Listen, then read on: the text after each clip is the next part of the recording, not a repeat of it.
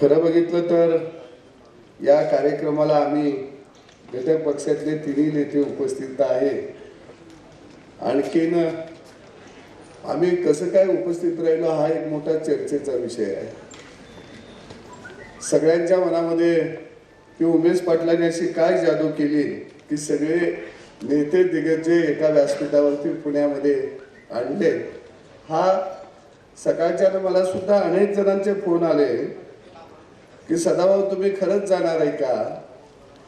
तर मी म्हटलं जाणार आहे का हे जर तुम्हाला पाहायचं असेल तर तुम्हाला त्या ठिकाणी यावं लागेल, मग तुम्हाला कळेल की आम्ही खरंच आलेलो आहे का. एक मगाशी सांगितलं की हा जो कार्यक्रम आहे याच्या मागची भूमिका आपण खरं बघितलं तर समजावून घेतली पाहिजे.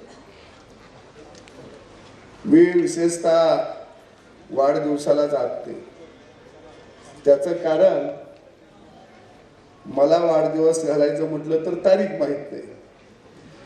मग मी बऱ्याच वेळा म्हणतो की आपलीच तारीख आपल्याला माहित नाही तर आपण उगाच दुसऱ्याच्या तारखेला जावं कसं.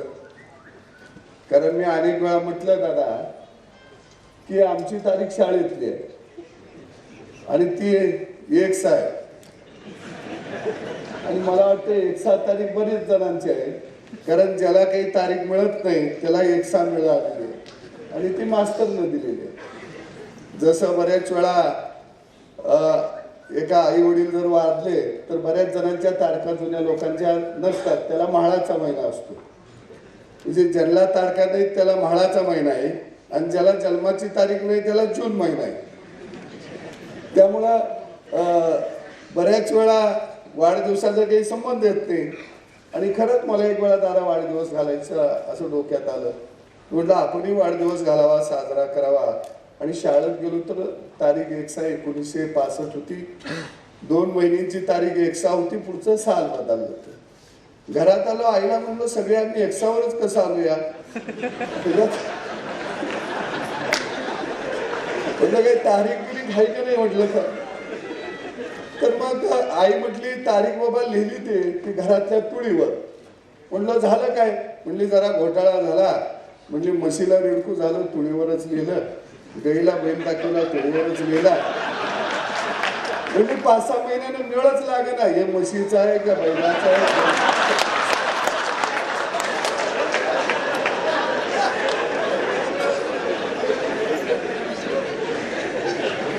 त्यामुळं आमचं पुरं पीठ मिळाचंच काम चाललंय.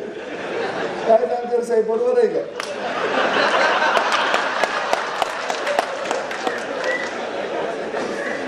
म्हणजे अजून आमचा काही तारखेचा मेळ लागलेला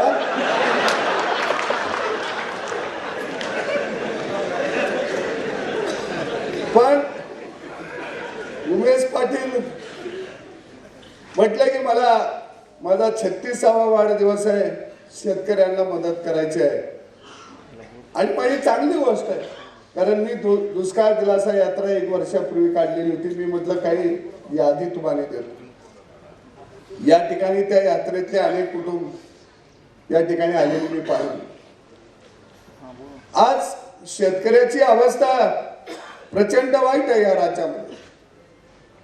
पण काय का असे ना एका व्यासपीठावरती आज शेतकऱ्याच्या प्रश्नाचा विषय समोर येत आहे. मग कोण नाना पाटेकर असतील, मकरंद अनासपुरे असतील, वेगवेगळे लोक आज शेतकऱ्यासाठी मदत करत आहेत.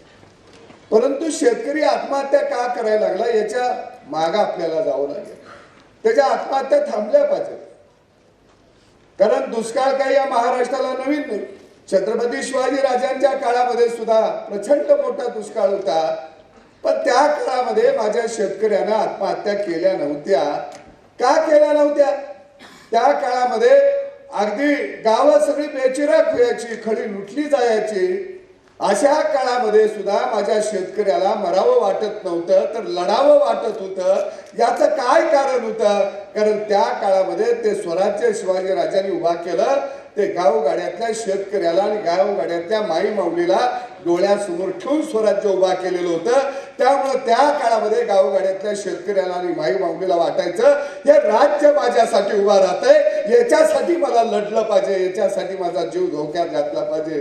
पण आज आम्हाला तसं वाटत नाही. याचं कारण आज शेतकरी गावगाड्यातला माई माऊली डोळ्यासमोर ठेवून आम्ही राज्य चालवतो का तिजोरी डोळ्यासमोर ठेवून राज्य चालवतो, हा सगळ्यात महत्वाचा प्रश्न आहे.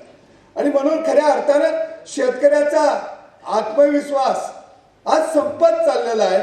आणि मग हा आत्मविश्वास त्याचा वाढवावा लागेल, त्याला सांगावं लागेल की हे राज्य तुझ्यासाठी आहे, या राज्यातली जनता तुझ्यासाठी आहे, आम्ही राज्यकर्ते तुझ्यासाठी आहोत. हा आत्मविश्वास गावगाड्यातल्या माझ्या शेतकऱ्याला द्यावा लागेल. आणि दादा, मला कधी कधी असं वाटतं की आम्ही एका दाण्याचे 1000 दाणे करतो, किलोनं पेरलं की सुपानं घालला येतं या, तरी सुद्धा आमची गरिबी हटना.